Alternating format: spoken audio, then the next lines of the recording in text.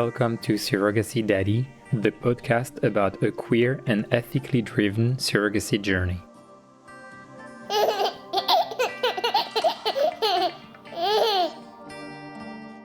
Episode 6, The Surrogate and the Agency.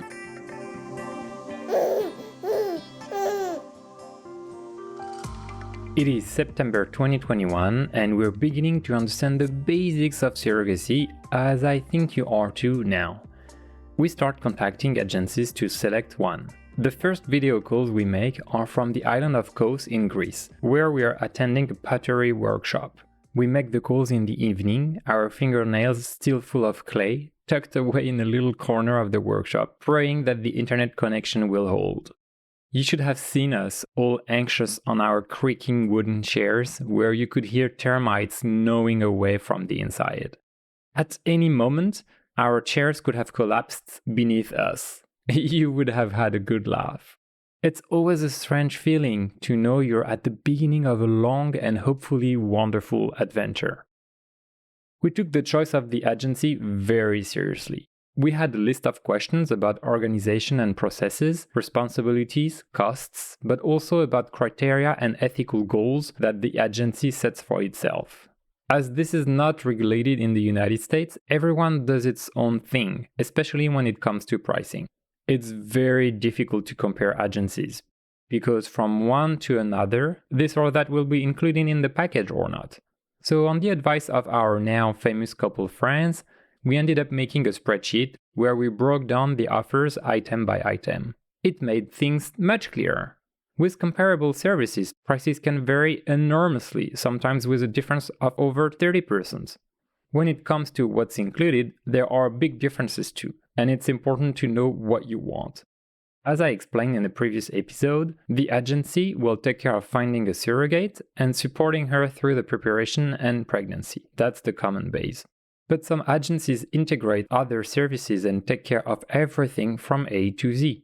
For example, they will also integrate the legal part with their in-house lawyers, or the escrow account with a service belonging to their agency, and sometimes even the baby insurance with an insurance of their making.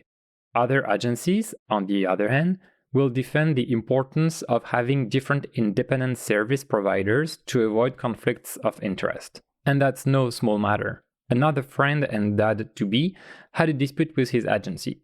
The lawyer who was supposed to defend him belonged to the agency, so obviously everything was biased. So there's no model that's better than the other. One just has to know what one wants. We preferred and felt capable of coordinating different players with the help of the agency. And it also allowed us to limit costs a little, because in general, the more inclusive it is, the more expensive it is. Oh dear, we interviewed a lot of agencies. From then on, our evenings became a permanent casting session. I think we met more than 15 agencies.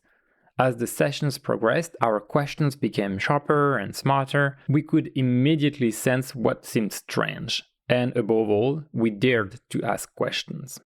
When we got back from Greece, a few weeks later in November, we also went to an event in Brussels organized by the international non-profit organization Men Having Babies. It had been recommended to us by a couple friends who wanted to adopt, but who couldn't see the end of their wait, and so had started to consider surrogacy. This event is kind of a surrogacy fair with agencies, fertility clinics, law firms, and associations. One can meet everyone and discuss in groups or in one-to-one meetings. There are also panels, presentations, and debates. It was very interesting and we learned a lot there. It's always good to meet people and providers in real life. Well, it's also nerve-wracking, of course, because we arrived with what we thought were substantial insights about surrogacy, only to realize we had barely scratched the surface. There were entire realms of nuance and complexity we hadn't even considered, a bottomless pit of new questions and new obstacles. Whereas for us, all we wanted was very simple, to become fathers. We also met new people, confirmed directions, and learned lots of things. It was really an important moment in our preparation. In the evening, we took a romantic walk around the city center of Brussels, a magnificent city, and debriefed while eating French fries and waffles. And we were telling each other, we are going to be daddies soon.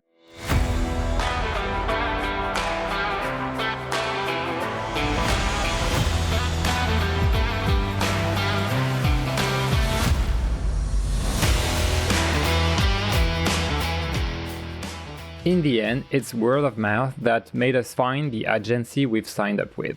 At the end of each call, we always asked agencies to put us in touch with French-speaking clients so that we can discuss their experience with them. This is how we discovered a WhatsApp group of around 50 gay dads in France who were either doing a surrogacy or were in the process or wanted to learn more. Since then, this group has more than quadrupled in size, and an association called Mes Deux Papas, My Two Daddies, has been created to structure its approach. These discussion groups are very important for us, as well as being able to talk to people who are going through the same things than us, which is already great. We can ask hundreds of questions and the answers just flow. This shared knowledge has saved us thousands of euros and hours of research, and we still use it to help other people now. Today, the only clear, reliable and accessible resources are those made available by associations such as CLARA, which I've already mentioned and which is doing a tremendous work on surrogacy, and also queer family associations, which generally have a surrogacy subgroup, such as APGL and ADFH in France, Rainbow Family in Switzerland and Italy, Galehi in Spain, FFLAG in the UK, etc. All this associative and often voluntary work is extremely precious to us. Without it, we'd all be isolated and much more vulnerable. So, as I was saying, we discovered this WhatsApp group, and one of the founders told us about an agency that he thought was just what we were looking for. We took a video call with the agency's president and founder, and we had an instant crush with her and the way she talks about her business, starting with ethical topics. She has a very clear vision. Several times she even said things like, "It's true that doing it this way is more complicated for us and a bit more expensive for you, but it is better and safer for the surrogate, so we don't hesitate." Wow, nice to hear that loud and clear. And also, in her team, there are several women who have been surrogates and who are now in charge of supporting new surrogates on their journey. We thought this was important too. She explained to us with clarity the conditions that must be met for surrogacy to be carried out ethically. In the United States, she explains, it's defined by the Society for Ethics in Egg Donation and Surrogacy. The acronym of the name is SEEDS. Funny, isn't it? There is also the American Society for Reproductive Medicine, ASRM, which makes recommendations that complement those of SEEDS, particularly on the medical and clinical side. Added to all this is the agency's own policies, which may decide to add other elements. Unsurprisingly, there are also agencies that don't respect these standards and are not members of SEEDS or ASRM, and that's why one has to choose carefully. When delving into the details of these recommendations, it is easy to realize just how far ethical surrogacy is from the Wild West pictured by most opponents of surrogacy. So yes, these are just recommendations, and they could be even better framed, but there is already a good basis, and that's what we liked about the USA at that time. But wait, I'm not saying that such thing doesn't exist in other countries. I'm just saying that we hadn't had access to it or with the same clarity.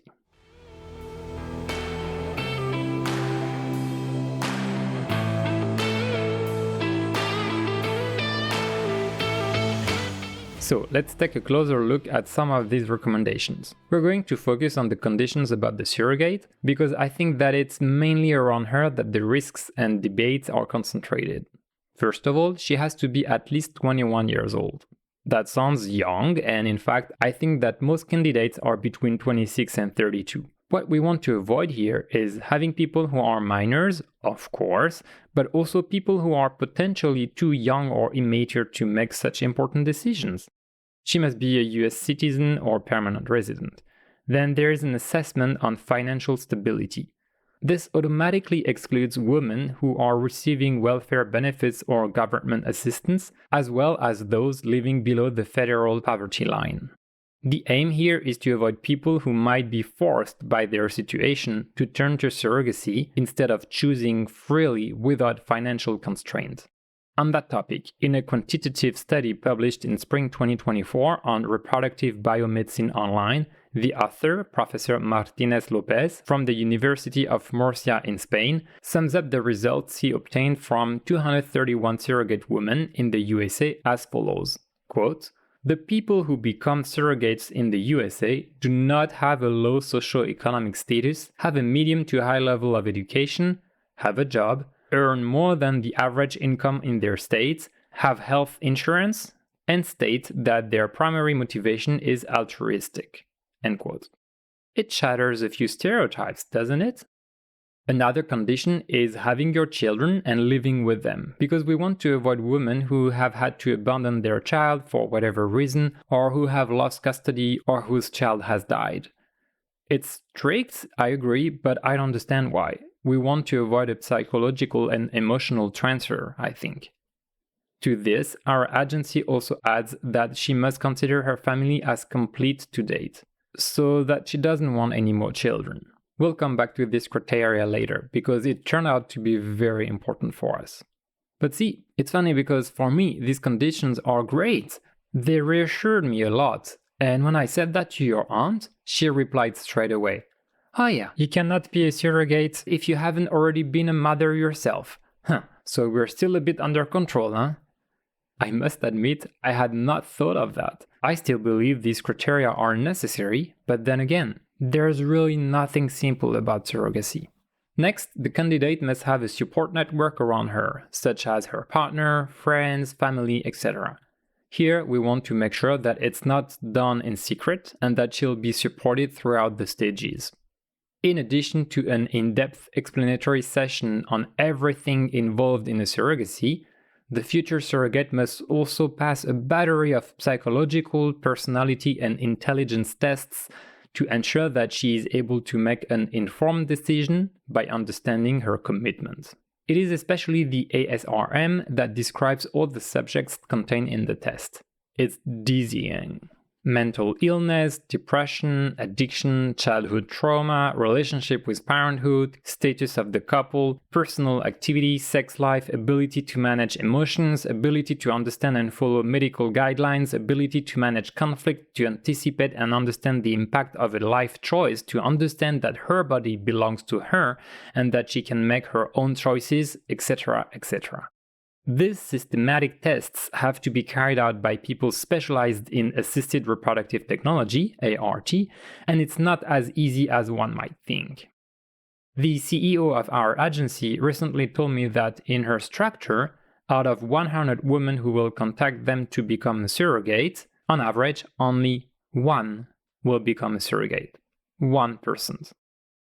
There's also a test for intended parents to check that they too understand the stakes, understand the basics of what the arrival of a child in their home requires, etc. It's not at all as thorough as for adoption, there is no home visit and it's only one session, but I think it's great that it's not just the surrogate who is scrutinized.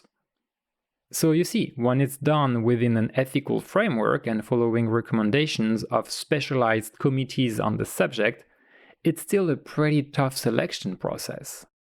And there is no scenario where a 17-year-old teenager does it to pay for her studies and avoid sleeping under a bridge, although that would be a better-selling Netflix series.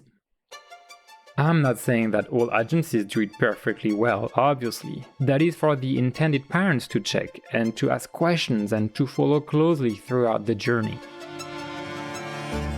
Nor am I saying that there aren't surrogacies carried out in sordid conditions, which come under the heading of human trafficking, wherever that may be, and which must be absolutely condemned, as the European Union is now planning to do.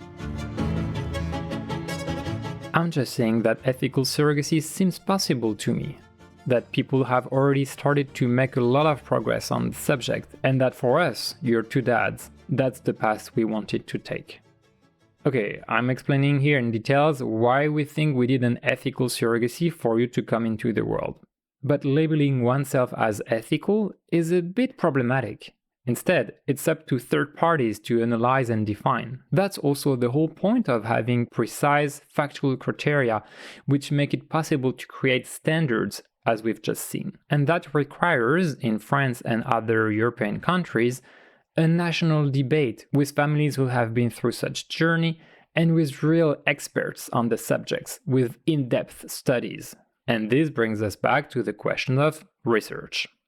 I know the debates on surrogacy often go beyond the question of criteria for selecting the surrogate. Rather, they are philosophical, even metaphysical, or actually infraphysical, because I think we can sum up the debate to this question: who owns women's bodies? That's one of the most important questions in our patriarchal societies. And it can be found in other subjects with nuances or specificities. For example, in the case of sex workers, can a person choose to sell sexual services to customers using their own body? Those who want to abolish sex work often argue that it's not a job, but rather a form of control that men have over women, one that has its roots in a patriarchal system deeply embedded in our social mores. That's why, they say, over 90% of clients are men. Well, that criticism wouldn't work for surrogacy, because the beneficiaries are not all men at all. A very large number of women, straight or lesbian, in couples or on their own, use surrogacy for medical reasons. If I understand correctly, that even represents the vast majority of cases in the USA.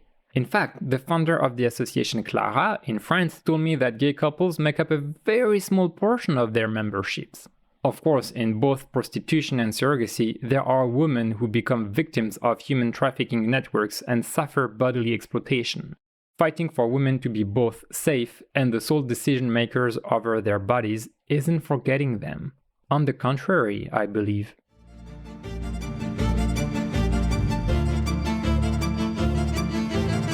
We've talked about all this several times with Diana, your surrogate. We asked her what she thought of the opponents and whether she'd be confronted with any remarks. She told us that the vast majority of people around her had found it fantastic. And it's true that in the United States, it's generally valued. There is like an aura around this woman that's quite unimaginable in France. And when we say that it's totally illegal here in France, that generates quite a few surprises. Diana also told me that she promptly dismissed the few people who tried to lecture her, reminding them that she alone was the decision maker in this matter. Diana doesn't let herself be bothered easily.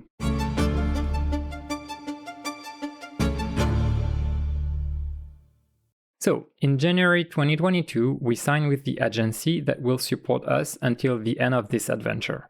We can consider this day as the official start date of our surrogacy journey. Before that, the whole year of 2021 was a sort of an introduction and preparation. The first thing the agency asks us to do is to write a letter to the future surrogate whom we don't know yet. This letter helps a potential surrogate to see whether or not she pictures herself doing it with us. I can tell you that we've taken great care with this exercise, and it was awesome to do it, because it is also an opportunity to position ourselves to talk about our parenthood project in a clear way. We've made a presentation page for each of us, a page about us as a couple, a page about our vision of education, and a page about the future surrogate and how we imagined our relationship with her during the pregnancy and in the future. I've never been so happy in my life to write a presentation. Of course, we've kept a copy for you. You will see. Once this letter has been submitted to the agency, there's a wait of several months. At this point, we're at the end of the COVID crisis and agencies are still running at a slow pace. Some are announcing lead times of over 18 months. But for us, that's not so much of a problem, because in parallel, we're making progress with the fertility clinic, the donor, and the embryo part, which I'll tell you about in the next episode. After 6 months, so quite quickly, the agency comes back with the file of a woman who had chosen us. She looks great, she's already done surrogacy in the past, and she's certain we'll only do it one more time. But we're looking for someone who was open to the idea without any commitment, of potentially maybe having a first pregnancy with us, and then later, perhaps a second one if she and we wanted to, so that you could have a brother or a sister. With her, this door was closed. And also she lived in California, where costs are a bit higher, so we declined. A few months later, 9 months after signing, the agency came back with another profile, the one of Diana, who had really liked our presentation and had selected us too. The information we received about her were quite light. There are a few basic details about her, such as her age, family composition, education, occupation, where she lives, her lifestyle and that of her husband, and a few details about her pregnancies and birth, and a picture of her. Reading all this, we get a good feeling. We tell the agency that we'll be happy to meet with her via video call if she wishes to. The agency organizes the meeting. It's mid-September 2022. At the time, I'm on vacation abroad with your grandmother, and your other dad is not with us. We all meet on a Zoom meeting. We, your two dads, the agency manager, and Diana, whom we see and speak to for the very first time. I'm sitting in an ancient bedroom with faded wallpaper, breathing in the scent of dust and history that permeates this thousands of years old city. Your grandmother is sitting in a room next door, reading. Your other dad, also connected to the call, sits on the sofa at home. The agency's CEO is at her desk, and Diana is in her bedroom. These four worlds that all of a sudden connect to create a fifth future world, the one in which you'll be joining us. Diana has a beautiful smile and is wearing a t-shirt with the words "Wife, Mom, Boss" written across it. When I saw it, I wanted to say, "Yes, girl!" But I didn't really know how to behave on a date like that, so I held back. It's a very delicate position to be in, because your other dad and I are about to experience one of the most intimate things there is, creating life with a person who was totally unknown to us until then. Throughout the journey, this balance is continuously refined and fine-tuned. Frankly, it's an incredible human adventure. So we start the meeting, the CEO introduces us and explains about the subjects we'll be tackling together. And then Diana gently interrupts and says, "Oh, actually, I just wanted to start by saying that I'm really stressed out because I want things to go well, but I've never done this before, so I don't know how to go about it. That's it. So if I look stressed, it's because I am." And then we all burst out laughing and said, "But it's exactly the same for us right now." And we laughed again. It was a perfect start. We were able to tell each other how we felt and talk about our emotions, opening up, sharing, and having a good laugh. And that burst of laughter from the very first seconds, it carried me through the whole journey. You were conceived at many moments, Aube. The embryos, the transfer, the pregnancy, the birth. But I would say you were also conceived in that burst of laughter and joy. Afterwards, the CEO covered the points on the agenda. Basically, we tell each other in person what the files contain and make sure that the important points are clearly understood by everyone. We talk about what each agrees to do or not.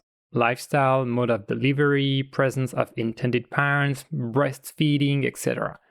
We also tackle difficult subjects such as abortion. These discussions will provide the basis for the future contract that will be signed between Diana and us. I'll tell you all about this in detail when I get to the legal part and the constitution of the contract with the lawyers. But before we get to the contract, there are two important steps to go through with Diana. And the very first one is that we have to agree mutually to do this adventure together, of course. At the end of the meeting, the CEO told us to take our time, to reflect on the days ahead, and to feel totally free to decline. These choices are too important to make in a hurry. Except that, in fact, as soon as we hang up, I call your dad to debrief and we say to each other, "This person is perfect, let's go!" We send an email the same evening to say yes, 1,000 times yes.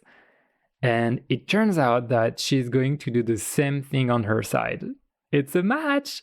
The agreement in principle has been confirmed. We're overjoyed and deeply moved, of course. Short after, the agency creates a WhatsApp group to communicate more easily. It's a delicate moment because we really want to get to know each other better, but we're not yet sure that the surrogacy will happen together. There is still the second stage before contracting, the validation of Diana's medical records by the fertility clinic. Until this stage has been completed, the agency advises us and Diana to not get too emotionally involved.